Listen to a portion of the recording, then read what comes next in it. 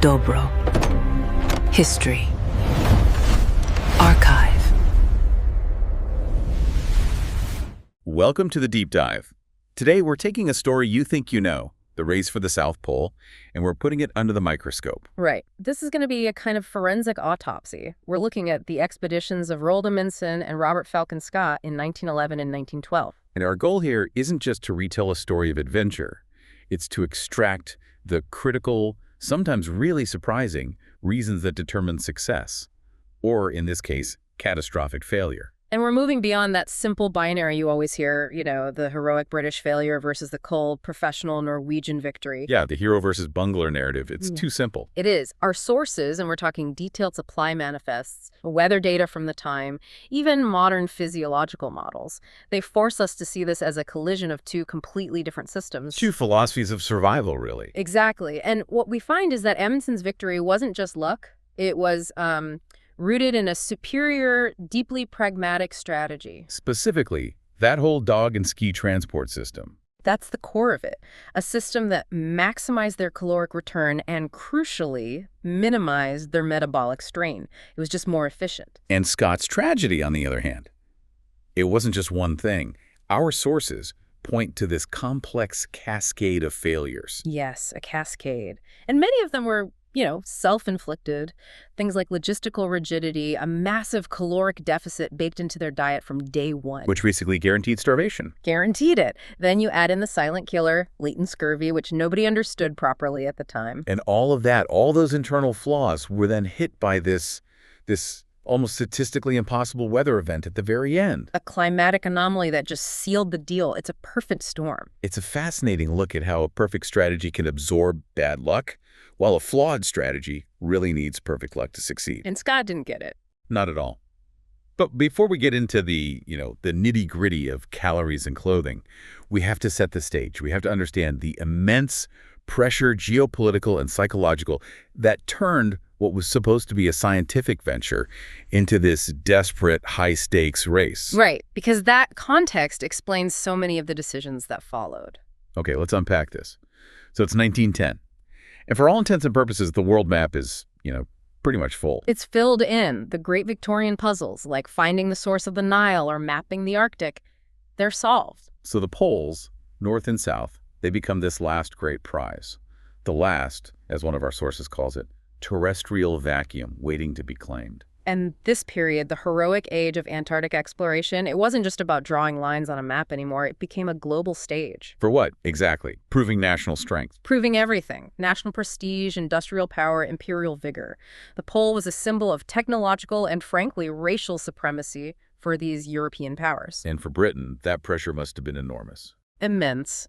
You have to remember, Ernest Shackleton had gotten agonizingly close just 2 years earlier, in 1909. He turned back just 97 miles short, right? 97 miles. Yeah. So for the British public and the Empire, the South Pole was seen as a kind of a spiritual possession. It was theirs to claim. And the man they chose was Captain Robert Falcon Scott, a Royal Navy man through and through. A torpedo officer, very much a product of the naval establishment. And he was absolutely burdened by this national expectation. It completely defined the structure of his expedition. How so? He was given a dual mandate, a split focus that you could argue was fatal from the start. Okay, what were the two parts? First, the political goal, get to the pole for king and country. Obvious enough. But second, his funding was tied to the Royal Society, the scientific community. So he was also required to conduct a huge, exhaustive scientific survey. So he's collecting rock samples, taking weather readings, studying glaciers. All of it. He had a full team of scientists, so he's essentially trying to run a sprint while also conducting a multi-year academic field study. That sounds inefficient. It's a fundamental compromise. This split purpose, this bifurcation between speed and science, structurally weakened the whole operation before they even set sail. Yeah.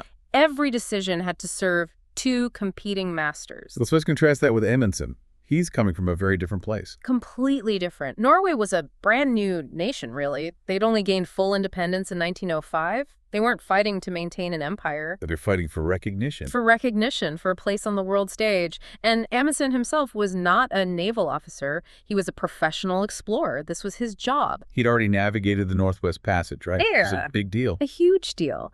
And he saw polar travel not through the lens of military tradition or scientific inquiry, but as a pure technical problem of logistics, survival, and speed. He was basically a startup founder.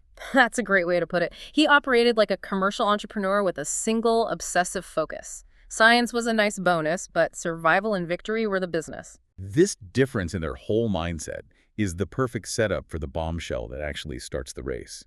Because Amundsen wasn't even planning to go south. Not at all. For years, his life's ambition was the North Pole. He had this meticulously planned multi-year mission to freeze his ship, the Fram, into the Arctic ice and just drift across the North Pole. An incredibly ambitious scientific plan in its own right. Absolutely. But then, in September 1909, news breaks that changes everything. Both Cook and Peary claim they've reached the North Pole. Exactly. Now, whether they actually did is a whole other debate, but the perception was what mattered. The prize was gone. The glory had evaporated. And for Amundsen, the professional explorer, what does that mean financially? It's catastrophic. His business model depended on achieving a first. There's no fame, no lecture tours, and no future funding for being the third man to the pole. His entire enterprise was suddenly commercially non-viable. So he pivots. He makes one of the most ruthless and brilliant pivots in exploration history. He changes his objective 180 degrees and secretly targets the South Pole instead. And the secrecy here is key. He tells nobody. Nobody. Not the Norwegian government that funded him, not his private backers, not even most of his own crew. He was terrified they'd pull his funding or that the British would find out and speed up their own plans. So the Fram sets sail, and the world thinks it's heading for the Arctic. That's the cover story. It's not until they reach the island of Madeira in September 1910 that he gathers the men and finally tells them the real destination. I can't even imagine being in that room. And it's from Madeira that he sends the telegram, the single most famous and strategically brutal telegram in history. He sends it to Scott, who's in Melbourne, Australia, making his own final preparations. And it just says, "Beg leave to inform you, Fram proceeding and Arctic Amundsen." Wow. That's a declaration of war. It's a bomb. It instantly transforms Scott's scientific expedition into a race he never planned for. He left England thinking his only rival was the Antarctic environment itself. And suddenly he finds himself in a head-to-head fight against a professional who had stripped away all the scientific baggage purely for speed. And he was trapped, wasn't he? He couldn't just change his whole plan on the fly. He was completely trapped. He was already committed to the slow, complex, scientifically driven architecture of his expedition. He couldn't just abandon his ponies and motor sledges. Amundsen had defined the terms of engagement, and Scott was forced to play the game on his opponent's turf. The moment Scott got that telegram, you could almost argue the outcome was already written in their logistics. This is where we need to spend some real time, because the operational design choices are just stark. AR. When you strip away all the heroism and romance, it comes down to engineering. Amundsen's system was designed for the environment. It was built on centuries of indigenous knowledge from Arctic cultures. Whereas Scott's was more experimental. It was an experimental mix. It was part Royal Navy rigidity, part untested industrial innovation, and none of it had been properly stress-tested for Antarctic conditions. Okay, let's start with the central engine of each expedition, the transport. For Amundsen, it was all about the dogs. All in on the Greenland husky. He bought nearly 100 of them. And he didn't see them as pets or companions. He saw them as biological machines, engines, specifically evolved for that one task. And that evolutionary aspect is key, right? They're built for this. Perfectly. They have this amazing weight-to-surface area ratio, so their paws act like snowshoes. They just skim over soft snow where a heavier, hoofed animal would sink. And their metabolism. Staggering! They can switch to an almost pure, high-fat, high-protein diet and burn it with incredible efficiency, which is perfect considering what Amundsen planned to feed them. Which brings us to the butcher shop strategy. It sounds brutal, but logistically it was a work of genius. It was ruthless, but it was just cold, hard math. Amundsen calculated a precise attrition rate. As the journey progressed and the sledges got lighter because they were eating the food. They needed fewer dogs to pull them. Exactly.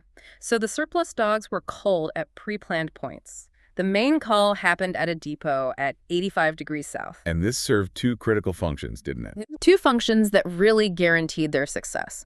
First, By feeding the cold dogs to the other dogs and the men, they recycled the protein.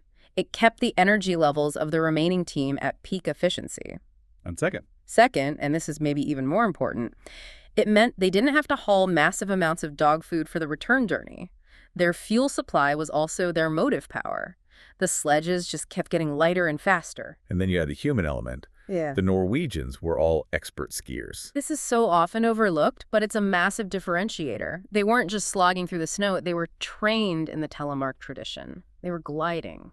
Biomechanically, what's the difference in energy use between walking in deep snow and skiing? It's huge. Our sources estimate a skilled skier keeping pace with a dog team uses something like a third of the energy per mile compared to a man on foot hauling a heavy sledge. So Amundsen's men needed far fewer calories each day just to exist. Which meant they could sustain the journey without their bodies breaking down, without, cannibalizing their own muscle mass. Okay, let's pivot to the British system. The mixed transport fallacy, as our sources call it, a 4-part system. It was a logistical nightmare on ice. It was just too complex, with too many points of failure. Scott's first big bet was on technology. The 3-tracked motor sledges. A noble experiment in mechanization, really. But it was way ahead of its time, and the technology was completely unsuited for the cold. What went wrong with them specifically? Well, pretty much everything. They had air-cooled engines. In that extreme cold, the engines would run hot for a bit and then just seize up. The metal itself became incredibly brittle from the cold and would just crack under the strain. And one of them didn't even make it off the sea ice. Nope. Went straight through a weak spot when they were unloading it. The other 2 broke down not long after on the Great Ice Barrier. A total failure. So, on to transport number 2, the Manchurian ponies. And this was another major blunder. Their whole physiology was wrong for the job. We mentioned the dogs skimming the surface. The ponies, with their small hooves and heavy bodies, just plunge into the soft snow with every step. They were just exhausting themselves going nowhere. Exactly. But the bigger problem was how they regulate body heat. Unlike dogs who mostly pant, ponies sweat all over their bodies. And in that cold, sweat is the enemy. It's lethal. The sweat would soak their coats, and then it would freeze solid under their blankets. They were basically wearing suits of ice, which constantly drained their body heat, leading to exhaustion and hypothermia. Plus, you have to feed them. And you can't feed them seal meat. You have to haul bulky, heavy fodder hay and oats all the way from New Zealand. It adds enormous non-recoverable weight to the sledges right from the start. Scott did bring dogs, but he didn't seem to trust them. He didn't. He saw them as secondary, an auxiliary transport to help the ponies on the early stages. His men weren't trained dog drivers, so they were inefficient, which just reinforced Scott's bias. The plan was always to phase them out. In favor of the final and most noble form of transport. Man-hauling, dragging the sledges by hand with sheer brute force. And this was deeply ingrained in the Royal Navy culture. Deeply. It was romanticized. It was seen as a sign of stoicism, of moral virtue, this idea that suffering was somehow noble. But that belief flew directly in the face of the biological reality of survival. It guaranteed an unsustainable calorie burn. It put them on a one-way trip to starvation. So even before they set out, just in the choice of base camp, Amundsen grabs another huge advantage. A massive, non-negotiable geographical advantage. He chose a spot called Framheim in the Bay of Wales. And this was seen as a really risky move at the time, right? Very risky. Other explorers, including Shackleton, avoided it because it's on the Ross Ice Shelf itself. It's floating ice, and the fear was that a huge piece could just calve off and float out to sea with your camp on it. But Amundsen did the glaciology. He did his homework. He concluded that the section of ice he was on was grounded on an underwater shoal or island and was stable. And the payoff for that risk. A huge payoff. Framheim was a full 60 miles closer to the South Pole than Scott's base camp. 60 miles, which is a 120-mile round-trip discount. In marching time, what does that translate to for Scott's team? Easily a week. Maybe 10 days of brutal, soul-destroying man-hauling saved. It's like giving your marathon competitor a 3-mile head start. And Scott's choice of base at Cape Evans was again dictated by that dual mandate, wasn't it? Exactly. He couldn't camp on the ice shelf because he needed solid volcanic ground for his ponies. And for the science mission, he needed easy access to the mountains to the west for his geology teams. So the need for science and the reliance on a flawed transport system forced him into a geographically inferior position. It added distance, complexity, and danger right from the start. It's another example of compromise leading to a weaker system. Okay, so let's move from motive power to personal equipment. The clothing. This seems like a small detail, but it was another life or death differentiator. It comes down to one simple, critical factor: moisture management. In extreme cold, getting wet is fatal. And Amundsen, from his years living with the Inuit and the Arctic, understood this viscerally. His motto was, "Sweat is the enemy." And his entire clothing system was designed around that principle. He used loose-fitting layers of reindeer skin, anoraks, trousers, the Inuit style. Why was that so effective? Reindeer fur is an incredible insulator, but the key was the loose fit. It allowed all that humid air, all that sweat from exertion to vent out and escape before it could soak the inner layers. It was a breathable system? A perfectly breathable system. Now, contrast that with the British. They were using layers of wool with a windproof gabardine outer shell. All right, and while that sounds sensible, it was a moisture trap. When those men were man-hauling, they were generating incredible amounts of body heat and sweat. The wool soaks it up like a sponge. And the tightly woven gabardine, designed to keep wind out, also kept all that moisture in. So what happens the moment they stop for the day and their bodies cool down? That trapped sweat flash freezes. Their clothes literally turned into stiff, icy suits of armor. And every morning, they had to put on frozen clothes. Every single morning. And they had to use a huge amount of their body's energy, their precious calories, just to melt that ice. It was a chronic, daily metabolic tax that compounded their already severe food deficit. Even their tents were designed differently. Amundsen's was a custom design. Lightweight, aerodynamic, a single central pole, and a sewn-in floor. Easy to pitch with cold hands, and it kept the wind and snow out. Scott used the standard issue Royal Navy pyramid tent. Heavier, more complex to set up, and no sewn-in floor, which meant drafts and blowing snow were a constant problem. Every tiny inefficiency, every extra minute of exposure, every shiver, you multiply that by over 100 days and it becomes a catastrophe. And if their gear is already draining their energy, that leads us directly to the fuel they were putting in their bodies, the food. Right. And what's so fascinating and tragic, here is how the unseen chemistry of their rations basically guaranteed the outcome before they even got to the polar plateau. It was a combination of bad math and flawed medical science. Let's start with the math, a caloric deficit. Modern science has modeled the kind of work Scott's men were doing. What's the daily requirement? For man-hauling a heavy sledge, at altitude, in that cold, you're burning an incredible amount of energy. The estimates are between 6,000 and 7,000 calories a day. That's the equivalent of running multiple marathons. Every single day, for months on end. And what did the standard British polar ration provide? The ration calculation was based on older, less accurate data. It provided only about 4,500 calories per day. Wait, so there's a built-in deficit of at least 1,500 calories, maybe up to 2,500 every single day? Every single day. It's not a small error. It's a scientific guarantee of biological collapse. It meant that from day one, their bodies were in a negative energy balance. They were burning through their own reserves. Fat, then muscle. Fat, then muscle, and eventually organ tissue, just to pull the sledges. They were literally starving to death while eating everything they were supposed to. And this again highlights the genius of Amundsen's system. His men were doing less work. So much less. Because they were skiing and sometimes riding the sledges, their daily burn was much closer to that 4,500 calorie mark. So his rations actually met their needs. Met or exceeded them, especially with the fresh dog meat supplements.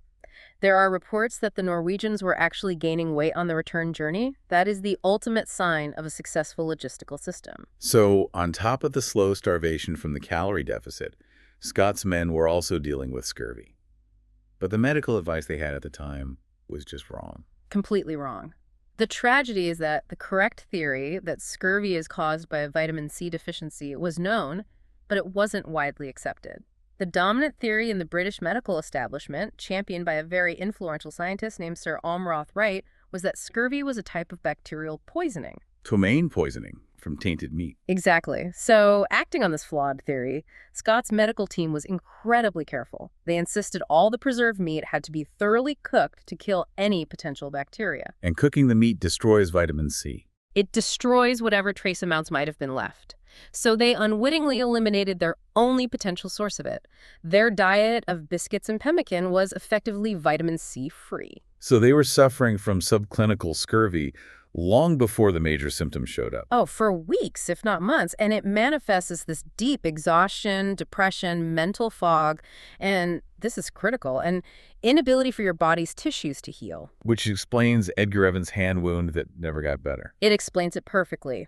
You have starvation breaking down the muscle and scurvy preventing any cellular repair. It's a biological death sentence. And once again, Amundsen avoids this disaster, not through superior science, but just by copying indigenous practice. He just did what the Inuit did. He ate fresh meat and he ate it undercooked. At base camp, they ate tons of fresh seal meat, which is packed with vitamin C. And on the trail, the fresh dog meat from the 𝐃𝐄𝐄𝐏 provided a constant, if unintended, supplement. Just a total systems failure for Scott, from top to bottom. Every single component was flawed. Even the pemmican itself was slightly different. Scott used a standard high-fat beef pemmican. Amundsen had his specially made to include oatmeal and peas. Why? What did that add? Fiber and carbohydrates. It wasn't about calories, it was about gut health. Scott's men suffered terribly from constipation and digestive issues from that pure fat and protein diet. It was just one more layer of misery and debilitation. So we have these two teams launching. One is streamlined, efficient, well-fed, and has built-in safety margins. The other is complex, starving, and fighting flawed science from the get-go. And you see the difference in the operational tempo immediately. Amundsen leaves on October 19th. That gives him a 13-day head start on top of his 60-mile geographical advantage. And his journey to the pole is almost boringly efficient. In the best possible way. It was defined by disciplined speed and routine. The dogs set a fast, steady pace. The men skied comfortably. They just ate up the miles. Their biggest challenge was ascending the 𝐃𝐈𝐕𝐄 glacier to get onto the polar plateau, a route nobody had ever tried. And that was the ultimate test of the dog system. It was a brutal, steep climb. But the sheer pulling power of dozens of dogs got them and their supplies up and over in just a few days. It proved the concept worked under maximum stress. And then at the top, they enact the butcher's shop plan. Yes, on November 21st at 85 South, they performed the 𝐃𝐄𝐄𝐏. It revitalizes the remaining dogs and the men with fresh meat for that final push across the plateau. They arrive at the pole healthy, strong, and on schedule. Scott, meanwhile, departs on November 1st, and his journey is just one crisis after another. It's a slog from day one. The motor sledges fail, the ponies suffer terribly in the deep snow and have to be shot one by one. By the time they reach the foot of their glacier, the Beardmore, the men are already in the harnesses. Beginning that ruinous man-hauling phase. They were already up in caloric debt before the hardest part of the journey even began. And then, near the top of the plateau, Scott makes the decision that many historians see as the final, fatal error. The choice of the final polar party. Right. On January 4th, 1912, he makes this last-minute change. The plan had always been for a 4-man team to go to the pole, but he decides to take 5. He adds the 5th man, Henry Bowers. Why was this one decision so catastrophic?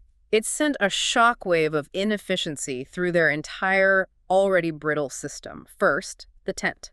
They only had a 4-man tent. Cramming 5 men in there meant terrible sleep, no room to move, and crucially, way more condensation. Which means more ice in their clothes. More ice, more metabolic drain, then the food. All the rations and fuel were pre-packaged in bags for 4-man teams. Now they had to be split 5 ways in the freezing cold. So they were almost certainly getting less than their already insufficient share. You're introducing error and ensuring 5 men are sharing 4 men's worth of food. And maybe the most damaging part was the pacing. Bowers didn't have skis. He'd been sent back with the last support party and had left his skis at the depot. So now you have 4 men on skis being held to the pace of 1 man slogging on foot. Scott chose to add a man, but in doing so, subtracted their only remaining mechanical advantage. So Amundsen reaches the pole on December 14th, a textbook victory. He stays for 3 days, confirms his position, leaves the tent, the flag. And that famous pragmatic note for Scott asking him to forward a letter to the King of Norway. And Scott's party finally sees that black Norwegian flag on January 16th, more than a month later. The psychological devastation must have been absolute. You can feel it in his diary. His entry for that day is just haunting. He writes, "The worst has happened. All the daydreams must go. Great God, this is an awful place." To endure all of that, only to find you've lost. And that loss of morale is a physiological event. It's not just feeling sad. It drains your physical resolve. They were already starving, and now they were emotionally and spiritually bankrupt. They began the 800-mile journey home under a black cloud of defeat. Let's quickly contrast the return journeys. Amundsen's was, again, methodical. And safe. This is where his engineering of the route paid off. He had marked his path with snow cairns, but at every supply depot, he'd built long, perpendicular lines of black flags running east to west. Creating a huge safety net. A massive net. It meant that even in a complete whiteout blizzard, as long as they were even remotely on course, they physically could not miss their next cache of food and fuel. They rode the sledges down the glacier. They arrived back at base on January 25th. 99 days, all men healthy. Mission accomplished. Scott's return, as the math predicted, was a slow, tragic disintegration. It was. And the first to die was Petty Officer Edgar Evans, who was considered the strongest man in the party. Which seems counterintuitive. Why did the strongest man fall first? It's pure physics. As the biggest man, Evans had the largest body mass. That meant he had the highest base metabolic rate. He needed the most calories just to stay alive, probably at the top end of that 7,000 calorie requirement. But he was getting the same 4,500 calorie ration as everyone else. Meaning he had the largest daily deficit. The system was structurally designed to kill the biggest men first. That, combined with his unhealing wound and a probable head injury from a fall, meant he was the first to collapse. Then came the sacrifice of Lawrence Oates. By March, Oates's feet were black with frostbite and gangrene. He knew he was slowing them down, costing them precious miles each day. His final words, "I'm just going outside and maybe some time," and his walk into the blizzard. It's become this legend of self-sacrifice. That attempt to give the other three a chance. A final, desperate act, but by then, they were all at the absolute limit. And as the last three men, Scott, Wilson, and Bowers, struggled on, the environment delivered one final, fatal blow. Yes, the external factor. They were hit by what meteorologists now call the coldest March. It was a freak weather event. How cold are we talking? The average temperature for that part of the Ross Ice Shelf in that month is usually around -20 to -30 Fahrenheit. For over a week, the temperatures plummeted to -40, even -47 at night, a full 20 degrees colder than the average. And what does that extreme cold do, on a physics level, to pulling a sledge? It changes everything. At normal cold temperatures, the pressure from the sledge runners melts a microscopic layer of ice, creating a film of water that acts as a lubricant. The sled glides. But below -40. That liquid layer can't form. The ice crystals become like sandpaper. The coefficient of friction effectively doubles. So overnight, the effort required to pull the sledge became twice as hard. For men who were already on their last reserves of energy, it was an insurmountable barrier. Pulling the sledge became like dragging it through sand. Their daily mileage dropped to almost nothing. And this collapse happened so close to safety. Excruciatingly close. On March 19th, they made their final camp. They were just 11 miles south of One Ton Depot. 11 miles. That's a single day's march, even for exhausted men. It should have been. And that depot was full of food and fuel. It was their salvation. But they couldn't cover that last distance. A furious blizzard descended and just pinned them in the tent. For 10 days, the storm never broke. They had fuel for one last hot meal, food for 2 days, and then nothing. They simply starved and froze to death, 11 miles short. Scott's final diary entry on March 29th is just heartbreaking. "We shall stick it out to the end. For God's sake, look after our people." They died not from a single mistake, but from the accumulated weight of a dozen small failures, compounded by one final, terrible stroke of misfortune. Their bodies weren't found until the next spring, in November 1912. Right. A search party found the top of the tent poking out of the snow. One of the members of that party, ironically, was a young Norwegian ski expert named 𝐃𝐈𝐕𝐄 Gran, who Scott had hired for his expedition. He performed a kind of symbolic final act, didn't he? He did. After they documented the scene, they collapsed the tent over the bodies and built a huge snow cairn to mark the grave. Gran used his own skis to make the cross for the top, and then, for the journey back to base, he used Captain Scott's skis, symbolically completing that final 11-mile journey. When the news finally reached the world, the narrative was immediately set in stone. Instantly. Scott was hailed as a martyr, a national hero. The heroic failure became the story. The focus was entirely on the nobility of their struggle and suffering. And Amundsen was almost seen as the villain. He was often criticized as an unsporting professional who had, stolen the prize by being too efficient, by not adhering to the gentlemanly code of exploration. That narrative held for a very long time. For decades. It wasn't until the 1970s that you get the big revisionist swing, with historians like Roland Huntford portraying Scott as a heroic bungler, a totally incompetent leader. Which was probably too harsh in the other direction. It was. The modern view, the post-revisionist view, is much more nuanced and, I think, much more useful. It acknowledges Scott's severe systemic flaws, the diet, the ponies, the man-hauling made failure probable, but it also highlights the external factors that made it certain. Like the Coldest March. And one other key error, the placement of One Ton Depot. It was supposed to be at latitude 80 south, but due to struggling ponies, it was dropped 31 miles north of that spot. 31 miles. Had it been where it was supposed to be. They might have reached it just before that final killer blizzard hit. That 1 or 2 days of marching could have been the difference. So it's a story of internal flaws colliding with external misfortune. That's the core lesson. Amundsen's system was robust. It had huge safety margins. It was designed to absorb bad luck. Scott's system was brittle. It demanded perfection and shattered the moment it met real-world conditions.